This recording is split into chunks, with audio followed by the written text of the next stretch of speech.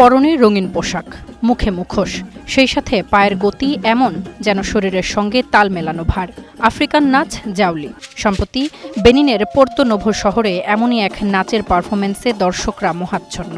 কেউ মোবাইলে ছবি তুলছেন, কেউ হাততালি দিচ্ছেন, আবার কেউ বা ডুবে যাচ্ছেন এই নৃত্যের আবেগে। অস্কার ইউবি ছিলেন ঢালাই শ্রমিক। এই নাচের বদৌলতে তার জীবন বদলে গেছে। এই নাচ শিখতে সময় লাগে বছরখানেক, আর পারদর্শী হতে হলে প্রয়োজন অনুশীলন, ধৈর্য আর দারুণ শারীরিক দক্ষতা। যারা আমাকে আগে অনুৎসাহিত করত, তারাই এখন আমাকে নিয়ে গর্ব করে। আমি এখন আমার সংস্কৃতির বাহক।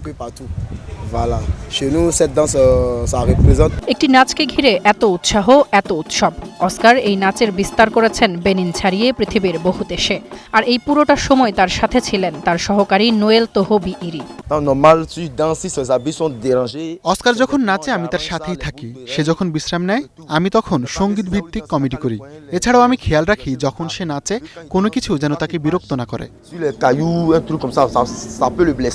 বেনিনের পোর্তো নোভো শহরের প্রতিটি কোণা যেন বেজে উঠেছে ঢাক, বাদ্য আর পায়ের তালে। এ শুধু একটি নাচ নয়, একজন মানুষের ভাঙা স্বপ্ন থেকে উঠে আসা এক নতুন পরিচয়।